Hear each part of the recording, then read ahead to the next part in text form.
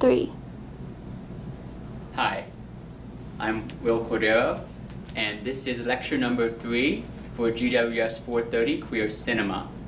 The lecture is titled Orientations, Queer Film, Queer Politics, and Queer Theory. And today I'm going to present a historical overview of both queer film, queer politics, and queer theory, and we can see the way that these different events will connect. You can see the crazy timeline I have on the board here, but I'm going to go through each one so that you can hopefully digest it. First, we're going to start with the first one at the top is queer film. And there's several developments in queer film. Early Hollywood cinema. In 1915, there was a Supreme Court case called Mutual Film Commission versus the Industrial Commission of Ohio. And that ruled that the film was not protected by the First Amendment.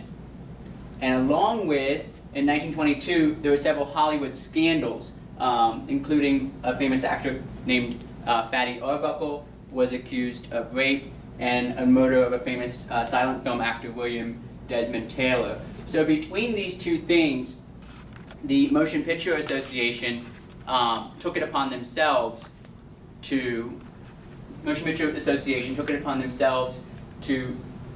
censor the industry. And that led to the Hays Code, or what we sometimes refer to as the Production Code. And this lasted from 1934 to 1968. And this was basically a self-censorship move to protect the industry.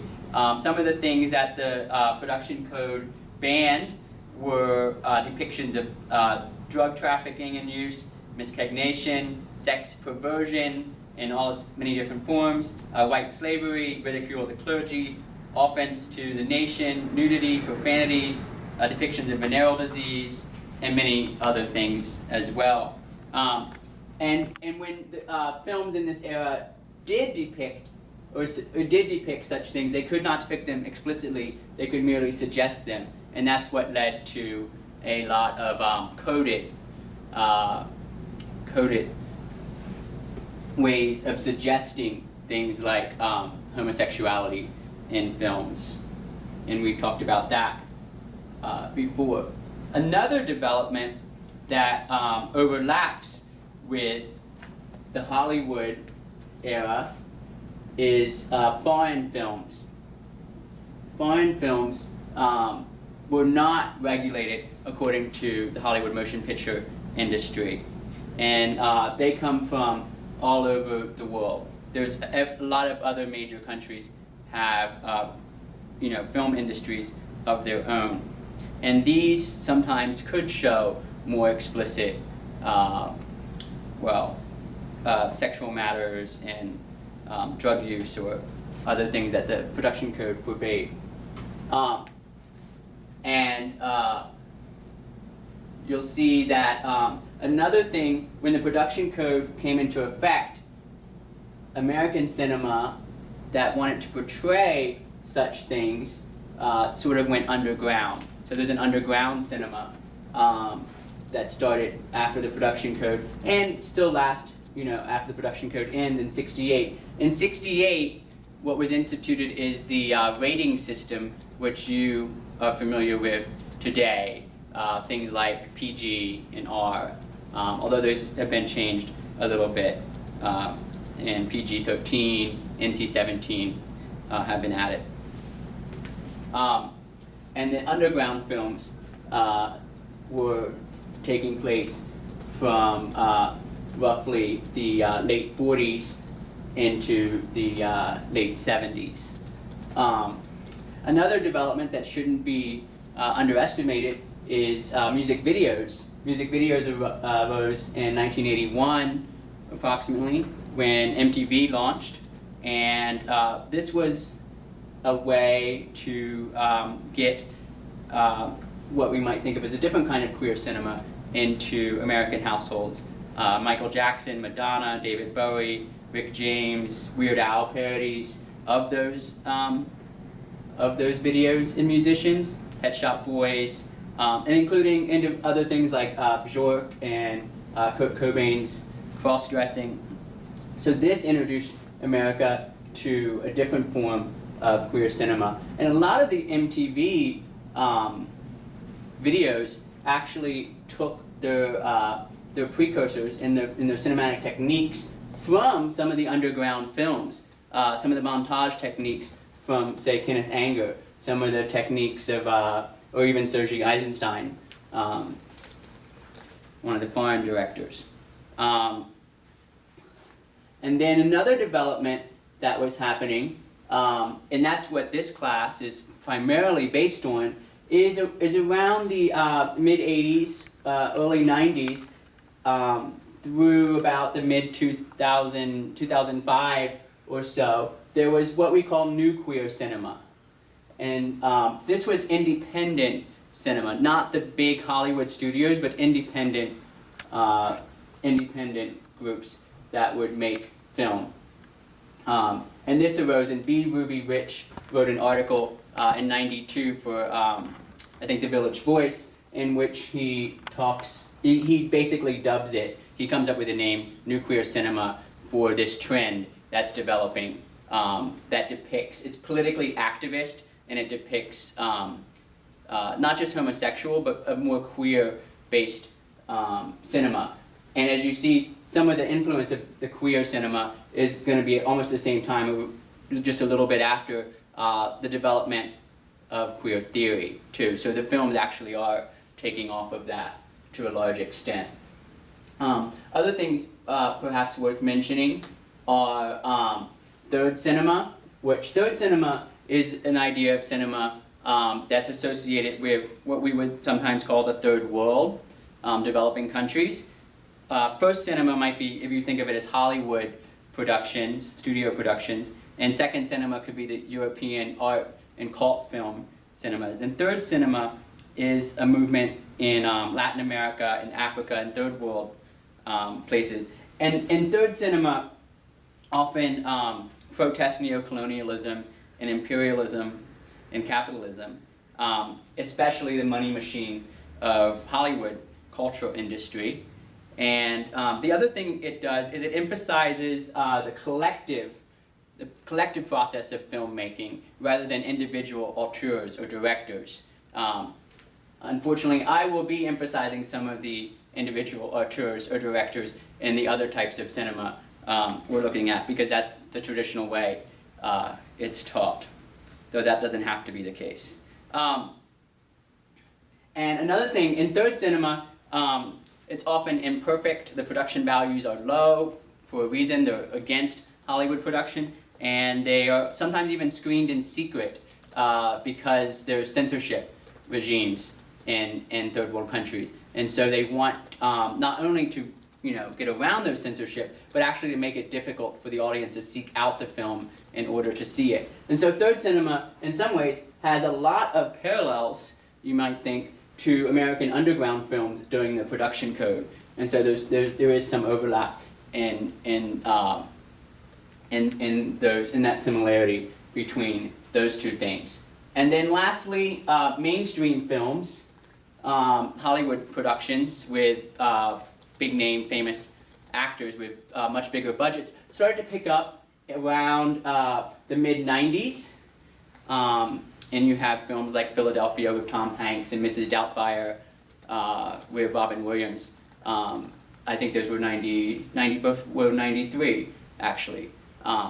So mainstream films started to pick up on the trend of the more independent new queer cinema. If my videographer can pan to some of the names over here. So that I discussed sort of the history here, and then I can give you some of the names that you can look at a little bit. With the foreign films, I'm just going to reduce foreign films to one major director per country. One of the most important early film theorists as well as directors was Sergei Eisenstein from Russia. Ivan the Terrible, Battleship Potemkin are some of his more famous films. He basically invented the idea of montage. Jean Cocteau from France, another early director, also a poet and writer. He did many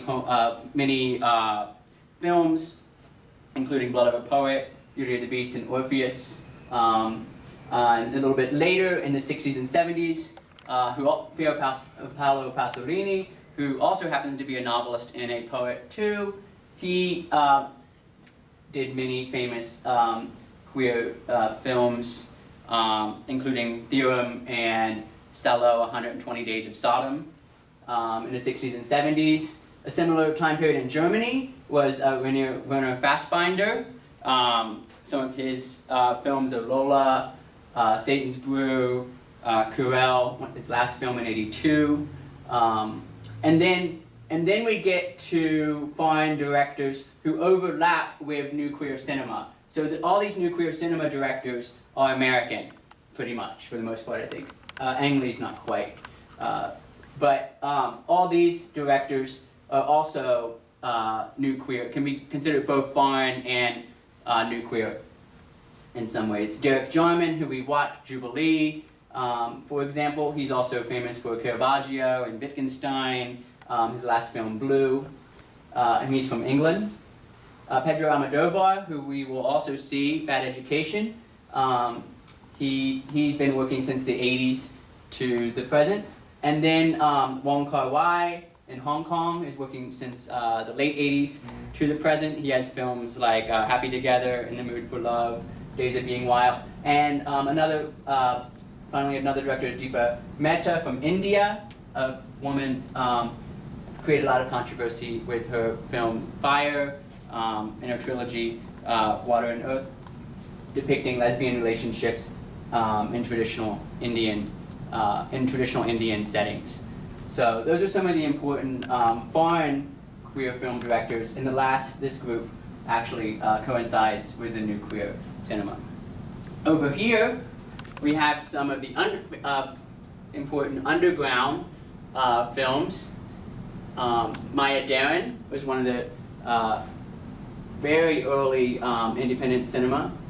Meshes of the Afternoon was a famous short in '43. I recommend seeing that. Kenneth Anger, who also did Scorpio Rising, we talked about a little bit.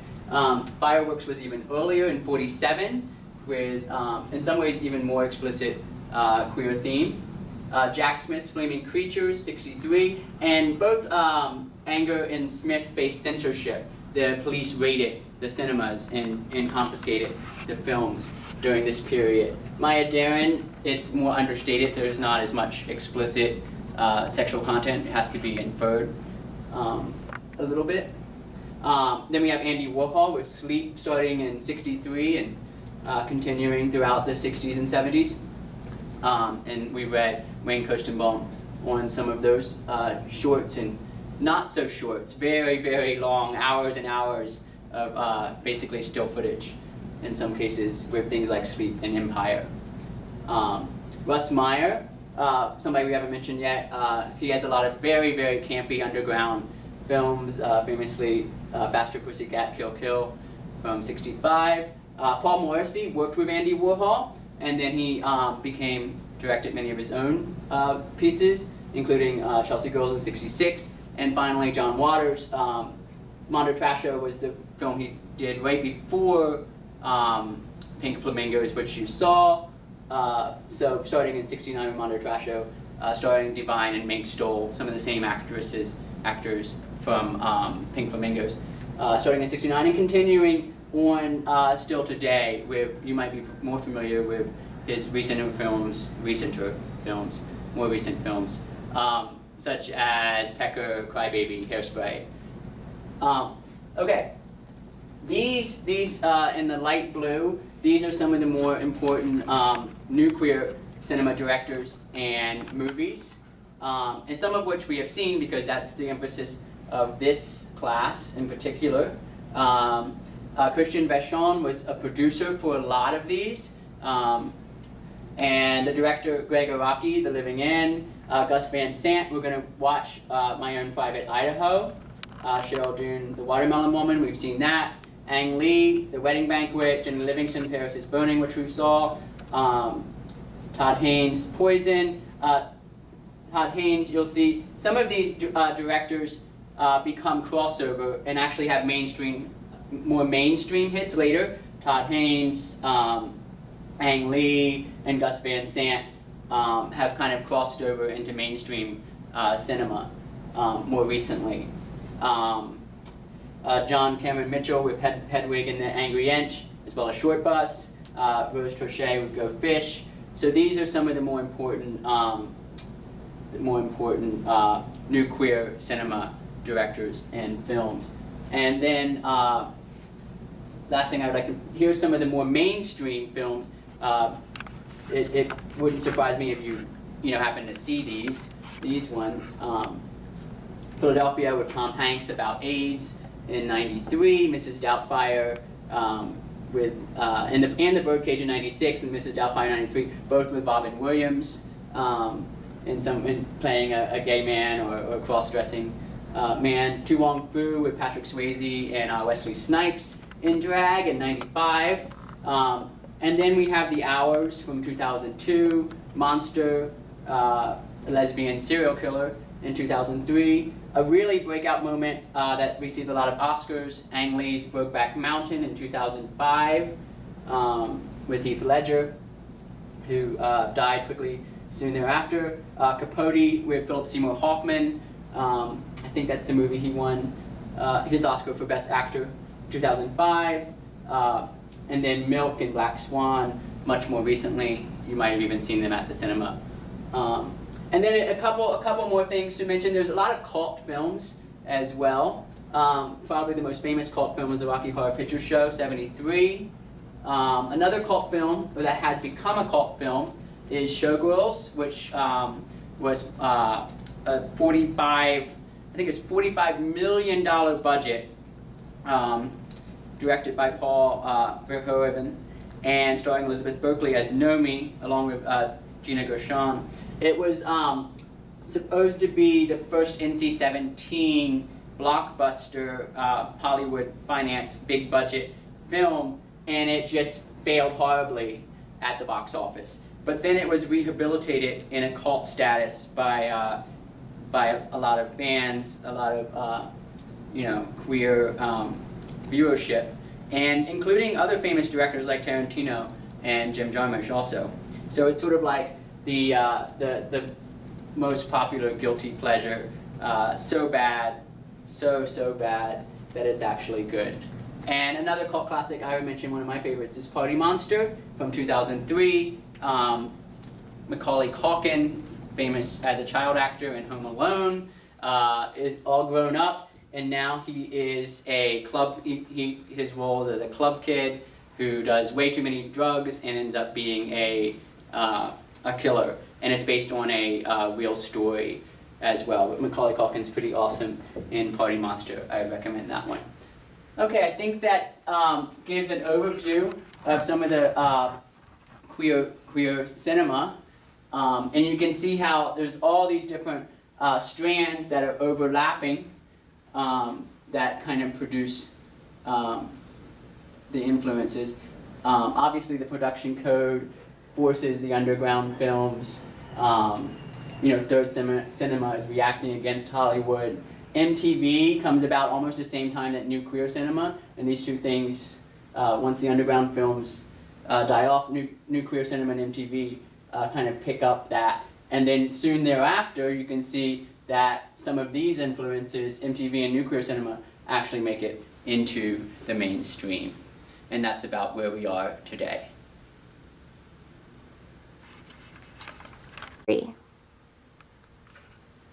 Okay, now we're going to look at some the history of queer politics and activism, which is this second timeline below the history of the film timeline. And this will certainly not cover all the history of gay, lesbian, LGBTQ politics and activism. I'm just going to give some very cursory overview. Very early on, 1895, a little bit off the timeline itself here. 1895 was the Oscar Wilde trial. Oscar Wilde was tried for sodomy, but a lot of the newspapers depicted it as blackmail, though blackmail was somewhat part of it, because with older John soliciting sex from younger men and prostitutes, the younger men, even if they were not explicitly getting paid, would often blackmail the older man after the fact in order to get money. So sort of a de facto form of prostitution through blackmail. But at any rate, 1895, Oscar Wilde was very much a public figure, and he went on trial and was put in prison for sodomy.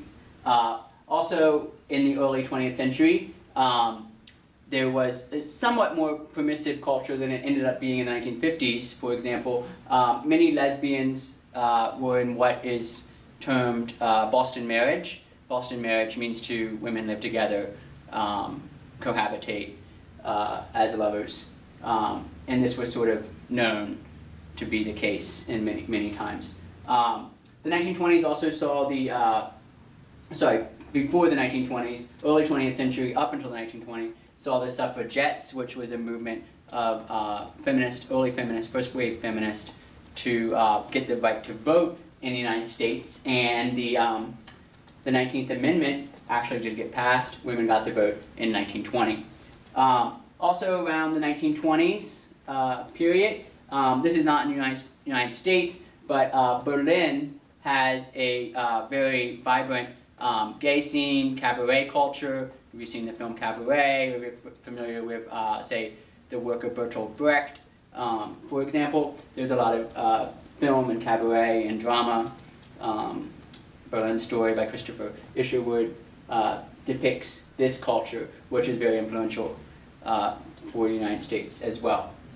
So, moving ahead a little bit, in the 1950s, there was the McCarthy era.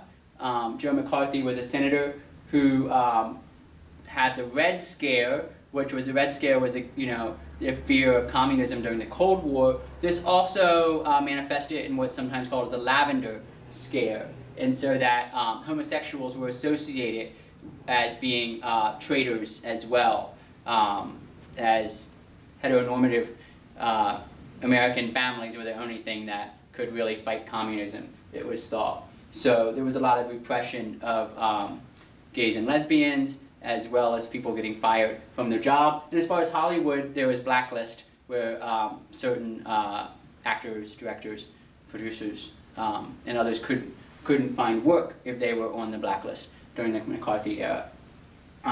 Somewhat in reaction to this, the Mattachine Society was founded in 1950 in LA. That was a homophile organization, meaning a gay organization. In 1955, the Daughters of Bilitis was founded in San Francisco, which was similarly a lesbian organization. In 52, Christian Jorgensen, not in the United States, but became the first widely publicized M2F trans person. So this is all happening in the 50s. The Daughters of Bilitis, or DOB, and the Mattachine Society, these were rather underground. These are not necessarily publicized public groups. What did become very public, and what sort of is a big, often depicted as a big turning point. How much it was truly a turning point is somewhat up to revisionist debate now, but it can't not be mentioned, is the Stonewall riots in 1959 in Greenwich Village in New York City, where the police raided a gay bar that had drag queens, gays, some butch and dyke lesbians, and there was a confrontation, and this was very public. This became very public, and it instigated the political activism of gays and queers and others fight against political repression. This, as you can see, this is 59. In the 60s, we have sort of the cultural revolution and the sexual revolution. The pill gets invented in the 60s. In the 60s, we have, Woodstock and all of those things as well. So there's a loosening of cultural mores in many ways. And in fact, in 61, Illinois becomes the first state to decriminalize sodomy laws, and other states begin following suit. In 78, Harvey Milk, one of the first, not the first elected official who was out as a gay man, was assassinated.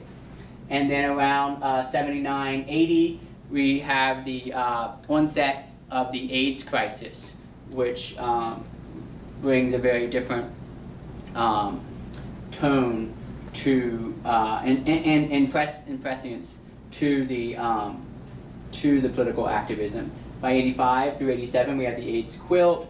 In 79, we have the first homosexual rights march. In 87, ACT UP was formed, which was a out of the AIDS movement for gay rights, but for AIDS awareness, for funding for those things. Queer Nation, a very confrontational LGBT group that sort of,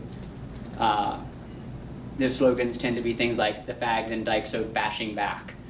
Very confrontational, in-your-face political movement, confronting homophobia, confronting the AIDS crisis, confronting gay rights.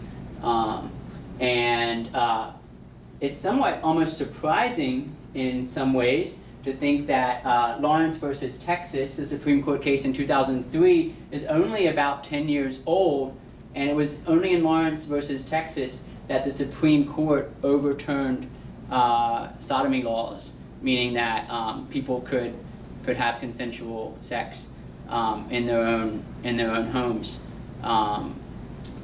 In 2003, they had a right to privacy, and that was only about 10 years ago. In the 2000s,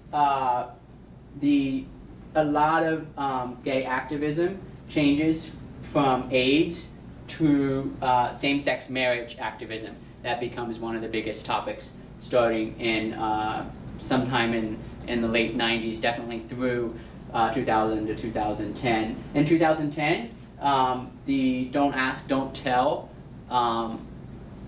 which was a law saying that if you're in the military, you cannot disclose that you are LGBT.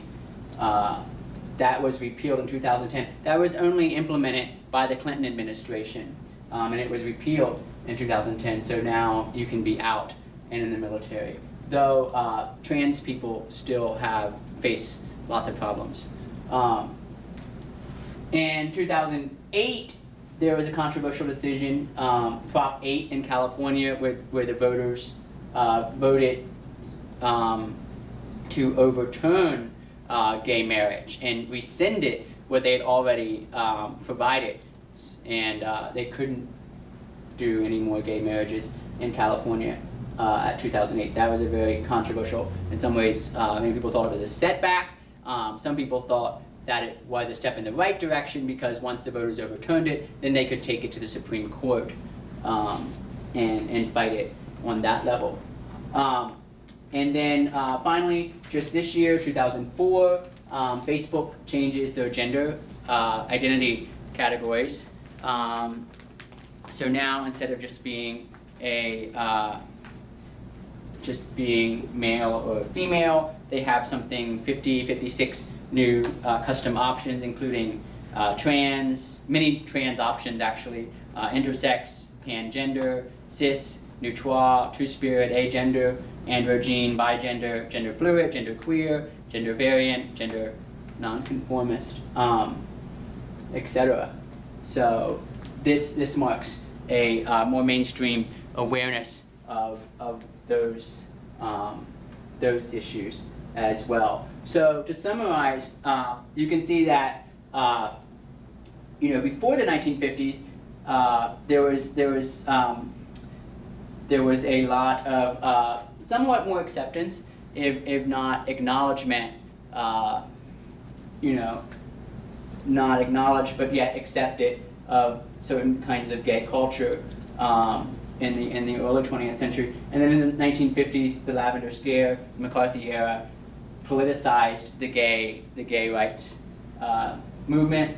And then we had the Stonewall riots and increasing activism with the AIDS crisis. And then we have political movements that move into the mainstream with Lawrence versus Texas, same-sex marriage rights, and others that continue today. 2, 3. And lastly, the last timeline is going to be queer literature and queer theory and the development of that. In many ways, one of the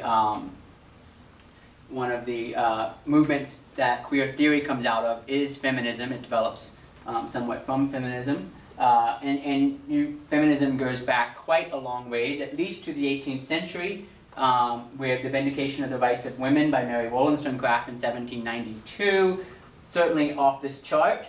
And you can think of that somewhere around that time period, and perhaps before that even, women's rights become an issue, and that persists. What we've seen with the suffragettes in the 1920s in America get their vote, and onward. So first wave feminism up until about the 1960s was focused on political rights for the most part.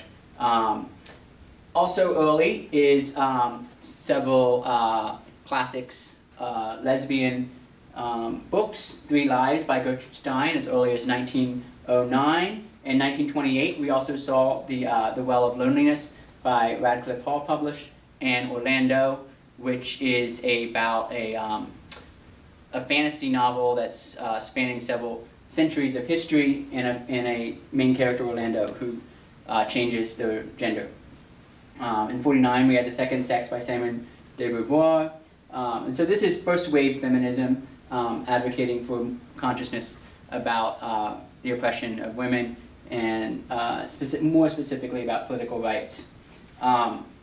Then around 1960s through the 80s somewhere, we have second wave feminism with people like Betty Friedan, Gloria Steinem, Germaine Greer, and others. And this wave of feminism is a little bit more political and cultural. It's a critique of patriarchal value structures, and they, for example, look at things like, often these second wave feminists are very anti-pornography. They look at the power structures and things like pornography, and even cinema, even mainstream cinema more generally in some cases, and see it as objectifying women and reinforcing the power structure of the patriarchy. Around the same time, around the 60s, with the counterculture movement, we have Susan Sontag's Notes on Camp in 64. We have Myra Breckinridge, which is a famous transgender novel in 68 by Gore Vidal. So this more, somewhat more literature is moving into the mainstream consciousness, at least the intellectual mainstream consciousness about gay, lesbian, and trans people. Now, the second wave feminists often excluded, or at least many lesbians felt excluded from second wave feminism in many cases. So there, in 73, Jill Johnson forms Lesbian Nation. Lesbians often felt excluded because second wave feminists were predominantly middle to upper class, white, and straight women. In fact, some second wave feminism considered lesbians a lavender menace, is what they called them. They did not want lesbians included in the movement. And so lesbians also felt excluded from some of the male gay rights movements, and so they formed lesbian separatist movements in the 70s. Now, this was some of the background.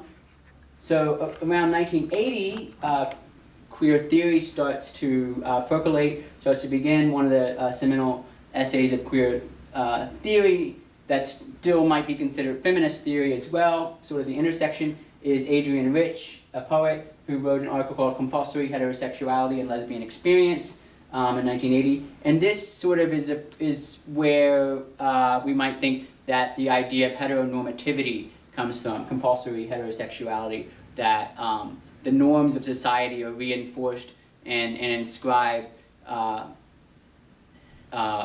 heterosexuality as the compulsory option. There's no, that's what you should do, the norm. That's Adrienne Rich in 1980.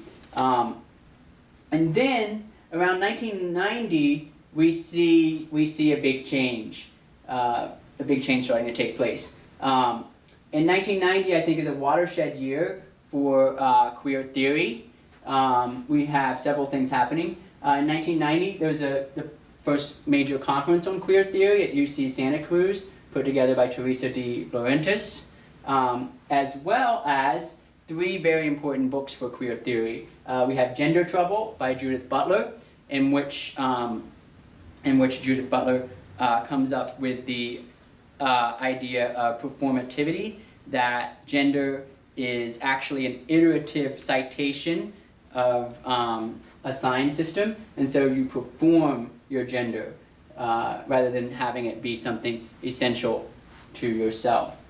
Eve Sedgwick, also 1990, comes up with Epistemology of the Closet, and one of the ideas in this book is it's breaking down the barrier or the binary between homosexual and heterosexual, so that we do not look at it as a strict binary anymore, but rather something queer, fluid, and mobile and changing. And the idea of homosociality, which is the when same-sex people associate with each other socially, not necessarily sexually, just in social events and culturally, and what that produces.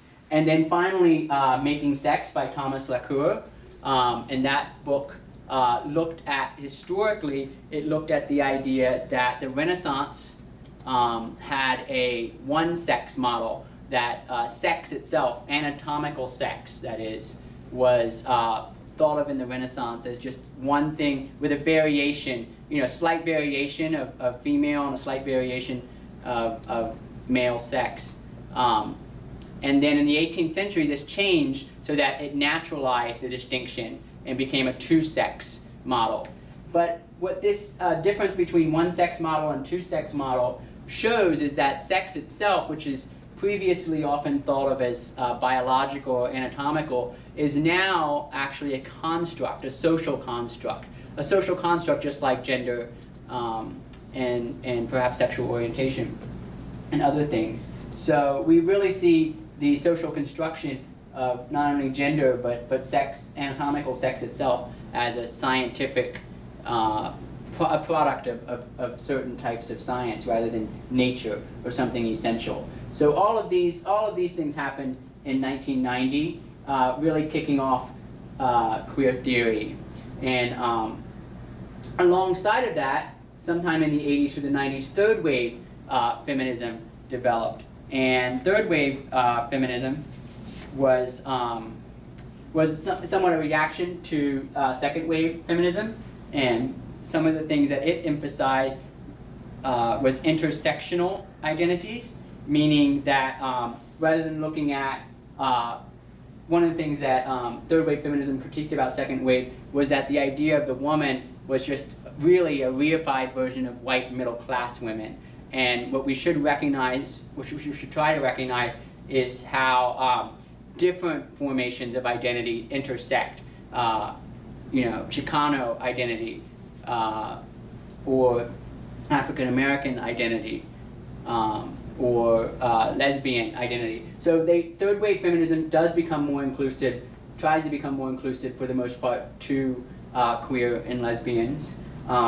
And it also critiques second wave feminism for its views that kind of reify the white middle class woman. It also critiques second wave feminism for thinking that pornography and other things objectify women. And actually, third wave feminism is often much more sex positive, seeing sex as a source of power or pleasure, even to the extent of women directed pornography and things like that. Some of the famous writers associated with third wave feminism are Bell Hooks and Sherry Moraga.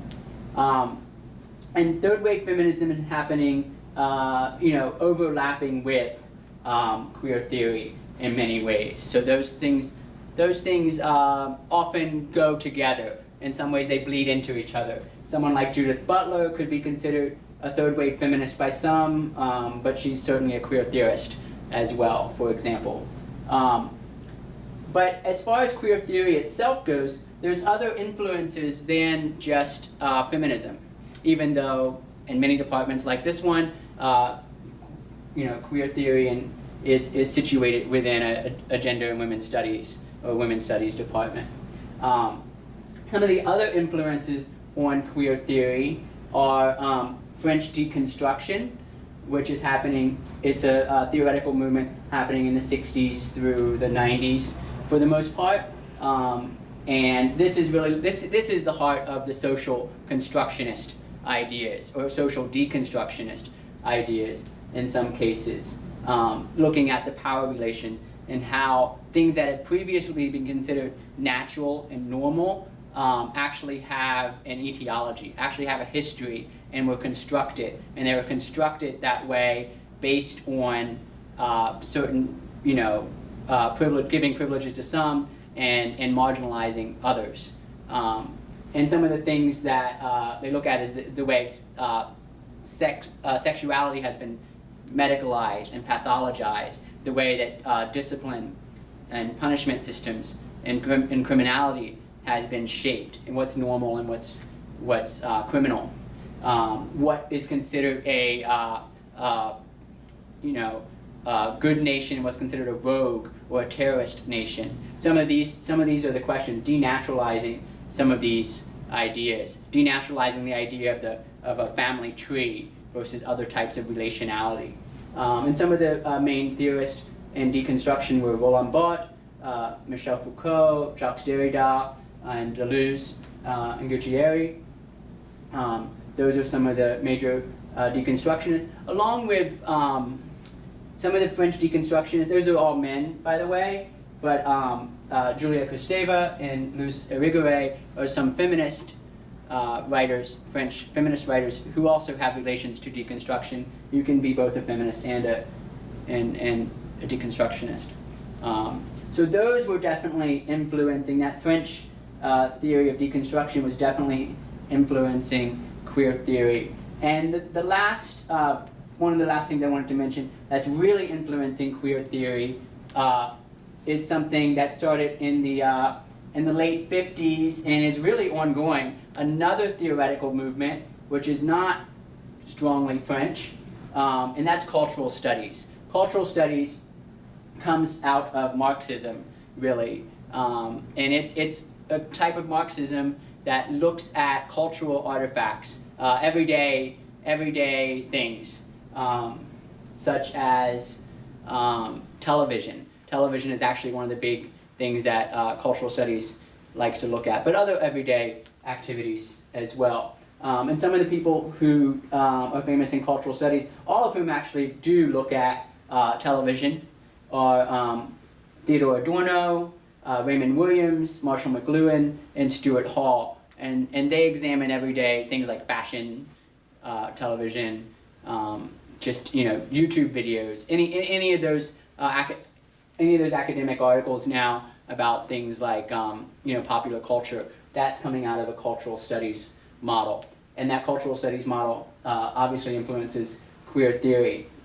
Now, queer theory isn't quite dead, obviously, since we are having a class on it, but it is definitely changing, and it's evolving, and it's sort of splitting and bifurcating into something else. Just like many people say that third wave feminism is probably ready for a fourth wave in many ways, a fourth wave that might emphasize, that might take into account some of the ideas of queer theory and think about prosthetics and what it, question what it means to even be woman or man. Similarly, queer theory is going through a change. In 2012, for example, the seminal press of queer theory, the Q series from Duke University Press, basically stopped.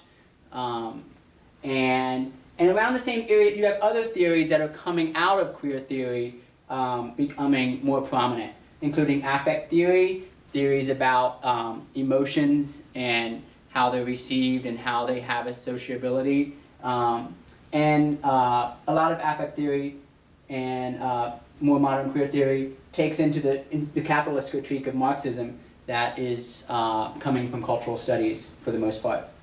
Fat studies is also something sort of founded by Sedgwick for the most part.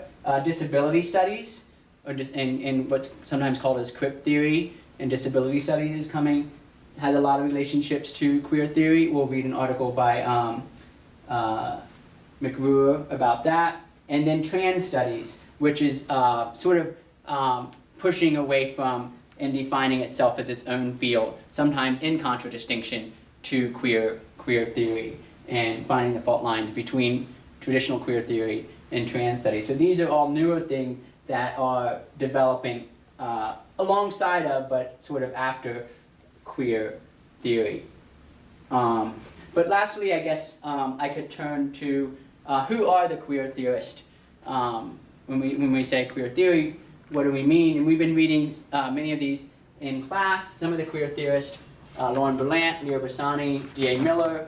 Many of these are actually literary critics and film critics as well. Michael Warner, coming up with the idea of counterpublic I mentioned. Wayne Koestenbaum, who we've read on, and Anne Svetkovich. We've read both of these critics on films. So Ahmed Manik-Wittig, who was actually taught here at University of Arizona for a while. Robert McRuer, who, like I said, looks at disability studies. We'll read a lecture by him on bad education. Jonathan Goldberg, who's a scholar from the Renaissance and looks at a more historical approach. James McCourt, who's somewhat of a novelist as well, and he has a book called Queer Street, which is a big compendium of gay history. Jose Sebastian Munoz, who we read an article by him, as well as Judith Halberstam, who you're probably very familiar with by now. So these are some of the major queer theorists, along with Butler, Sedgwick, and Lecours. So I hope this, this is a very, very broad overview of both queer theory, queer politics, and queer film. And by looking at that, you can kind of see how certain eras are defined. 80s, AIDS activism, 90s,